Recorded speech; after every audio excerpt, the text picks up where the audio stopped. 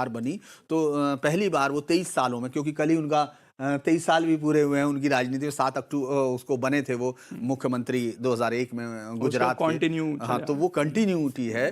तो मुझे लगता है कि वो उनकी मॉरल जो है विक्ट्री भी होगी और उनके अंदर ये बड़े चेंज की तरफ बात होगा कि वो अभी कंटिन्यू कर रही है पार्टी अपने नरेटिव प्लस विकास की जो वो कहानी मतलब उन्होंने बुनी है उसको जोड़ने में कामयाब हो रही है। उत्तर प्रदेश उनके लिए एक सेटबैक जरूर था, उससे निकलते हुए दिख रही है अगर ये रिजल्ट आता है। और अगर इसके देखिए, इसमें एक चीज बड़ी इंटरेस्टिंग है कि बीजेपी वो कांग्रेस की ताकत बढ़ रही है ना, लेकिन बीजेपी ने अपनी ताकत न केवल रिटेन की बढ़ाई है, वो आपको सब तरफ से आती हुई दिखेगी। लेकिन बीजेपी कांग्रेस की ताकत आपको डायरेक्टली दिख रही है कि वो इनवर्सली प्रोपोर्शनल है, सीधा सीधा जेजेपी से और आईएनएलडी से। ये कम से कम अभी तक का रिजल्ट है, क्योंकि फाइनल आएगा तो हम लोग उस समय हो सकता है कि कुछ और नतीजा है। हम अभी जो बात कर रहे हैं, हम जो अभी रिजल्ट देख रहे हैं, जो अभी पे बात देख रहे हैं, उसमें कांग्रेस ने जो जाट वोट है उसको इकट्ठा कर लिया ऐसा लग रहा है, क्योंकि विनेश, किसान आंदोलन और उन तमाम चीजों पे, क्योंकि अगर ये रिजल्ट आते हैं तो इसके कई मैसेज भी होंगे। जो सबसे बड़ा मैसेज ये होगा कि जाट आंदोलन के और किसान आंदोलन के बीच की जो रेखा थी उसको, जिसको बार बार अलग करने की कोशिश कर रहे थे, बीजेपी उसको एक करने में, दिखाने में अपने वोटर्स को कामयाब हुई कि इनमें कोई अंतर नहीं है। इसीलिए आप देखेंगे विनेश फोगाट भी अभी कुछ देर पहले तक पीछे चल रही थी। अभी लेटेस्ट अभी आ रहा होगा, उसमें हमारा रिपोर्टर्स हमको अपडेट करेंगे। लेकिन ये क्लियर कट है कि वो जो नरेटिव था उसको बीजेपी काटने में इस समय कामयाब दिख रही है। और अगर ये आधा घंटा और सस्टेन कर लेते हैं तो फिर उसके बाद आप इनमें बहुत ज़्यादा चेंज नहीं देखेंगे। और इससे मुझे लगता है कि आप देखें जो सबसे बड़ी राजनीति यहाँ खत्म हो रही है, आप देखें एक देवीलाल परिवार जिसने ओम प्रकाश चौटाला के तौर पर एक पूरा, फिर बाद में अगर हम राजनीतिक तौर पर कहें, सबके मैंने फिर कहा कि अलग अलग मत हो सकते हैं, लेकिन एज ए पत्रकार जिस तरह हम देखते हैं तो राजनीतिक तौर पर एक कामयाब उत्तराधिकारी दिया ओम प्रकाश चौटाला।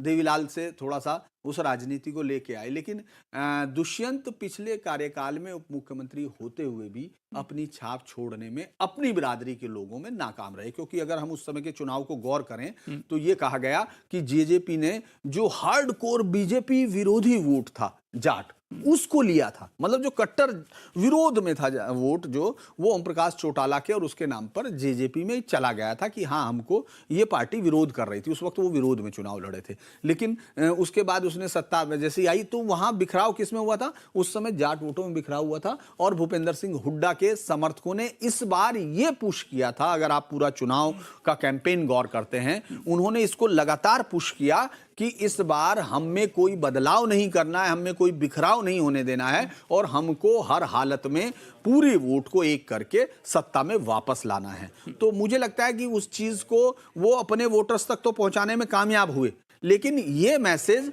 बीजेपी के वोटर्स तक भी चला गया जिन्होंने उनको 2 चुनाव में दिया था। लिहाजा उसका फायदा बीजेपी को आपको दिख रहा है। थोड़ी सी कांग्रेस की भी कहानी मैं आपसे समझना चाहता हूं सर। मध्य प्रदेश के चुनाव में, चुनाव से पहले, चुनाव के दौरान ये था कि कांग्रेस की हवा है, कांग्रेस इस चुनाव में जीत सकती है। नतीजा बिल्कुल उलट और सबसे बड़ा मैंडेट जो है बीजेपी को देखने को मिला। छत्तीसगढ़ में यही हवा थी कि वापसी हो रही है सरकार की, कोई दिक्कत वाली बात नहीं है, वो तो एग्जिट पोल ने भी बताया। यहां भी लगातार ये हवा थी कि कांग्रेस मजबूत होकर आएगी। ये जब माहौल रहता है एक, और पूरा माहौल गलत भी नहीं होता सर कि हम उसको नकार दें कि नहीं है, एक कई बार दिखता है कि हाँ कांग्रेस के पक्ष में है, उसको कैप्चर क्यों नहीं कर पाती है पार्टी? देखिए, मैं एक बात, चूंकि इतने लंबे समय से हम लोग भी कंटिन्यू चुनाव लगभग हो गए हैं कि मैं कश्मीर के चुनाव में भी 2016 में उस समय लगातार लंबे समय से हम लोग गए, 9 में गए। तो हम लोग जब उन चुनावों को गौर करते हैं या बाद में देखते हैं, चाहे यूपी के चुनाव लगातार देख रहे हों, दरअसल जब आप लोगों से बातचीत करते हैं तो आप उत्साहित कार्यकर्ताओं के साथ ज्यादा बातचीत करते हैं, वो आपको स्क्रीन पर दिखता है। आप जो भी लोगों के साथ आप, क्योंकि रिपोर्टर्स का एक, मैं चूंकि इतने लंबे समय से पूरी रिपोर्टिंग में रहे हैं, तो रिपोर्टर हमेशा उत्साहित समर्थकों को चुनता है। और उसमें क्या होता है कि वो स्क्रीन पर उत्साह जरूर दिखाई देता है, तो आप उसको कंपेयर करते हैं। आप वोटर्स, चूंकि एक किसी भी रैली से, मैं हमेशा रैलियों को देखकर जब भी भीड़ का आकलन करते हैं तो मुझे बहुत सावधानी मैं हमेशा बरतता हूं, क्योंकि मेरा ये मानना है कि एक लोकसभा में या एक विधानसभा की हम लोग बात कर ले, 5 से 7 लाख वोट होती हैं, और आप रैली में, किसी भी रैली में 30 से 40 हजार की भीड़ को आप बहुत बड़ी भीड़ बताने लगते हैं, उसको लाखों में गिनते हैं, तो आप एसेस नहीं कर पाते। क्योंकि मुझे लगता है कि जो महिलाओं को लेके बीजेपी का कैंपेन है, जो महिला सशक्तिकरण का नाम है या महिला सुरक्षा के नाम पे जो बड़ी चीज है, चाहे आप कुछ भी उसमें देखिए, लॉ एंड ऑर्डर के तौर पर योगी अपना मैसेज देते हैं, मोहन यादव एक नए चेहरे के तौर पर देते हैं कि कोई आखिरी बेंच पे बैठा हुआ आदमी जिसको नहीं पता है, वो पीछे बैठ के मजाक कर रहा है, जब नाम आता है तो उसको वो पूछता है कि मेरा ही नाम है क्या। तो इस तरह से, हालांकि वो बताया गया होगा पहले ही, लेकिन मैं एक बात कह रहा कि मैसेज तो ये, तो वही कहानी पता है, लेकिन जो मैसेज है वो आम जनता तक ये है कि एक कार्यकर्ता था,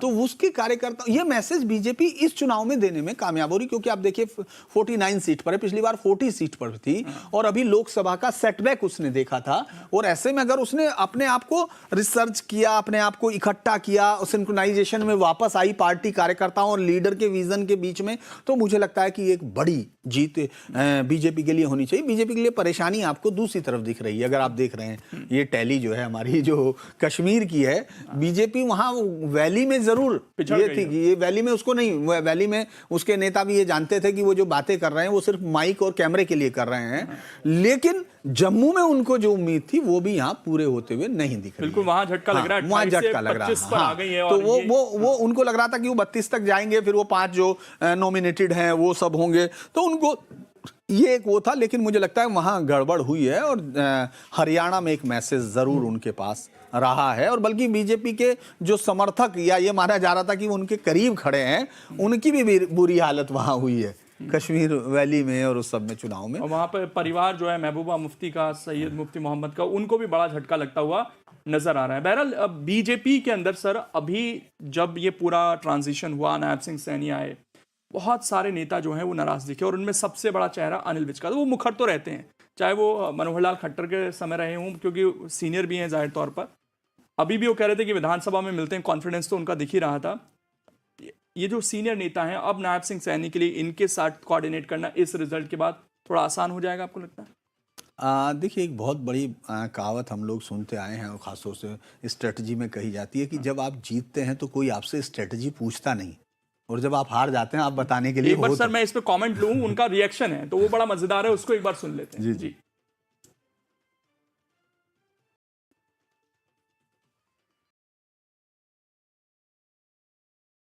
अनिल। मैं जिंदगी का साथ निभाता चला गया, मैं जिंदगी का साथ निभाता चला गया, हर फिक्र को धुएं में उड़ा, हर फिक्र को धुएं में उड़ाता चला गया। जो मिल गया उसी को मुकद्दर समझ लिया, जो मिल गया उसी को मुकद्दर समझ लिया, मुकद्दर समझ लिया, मुकद्दर समझ लिया। जो मिल न सका उसको बुलाता चला गया, मैं जिंदगी का साथ निभाता चला गया। गम और खुशी का फर्क न महसूस हो जहां, गम और खुशी का फर्क न महसूस हो जहां, न महसूस हो जहां, न महसूस हो जहां। चला गया, जिंदगी का साथ निभाता चला गया। बीजेपी की एक चीज तो सर मान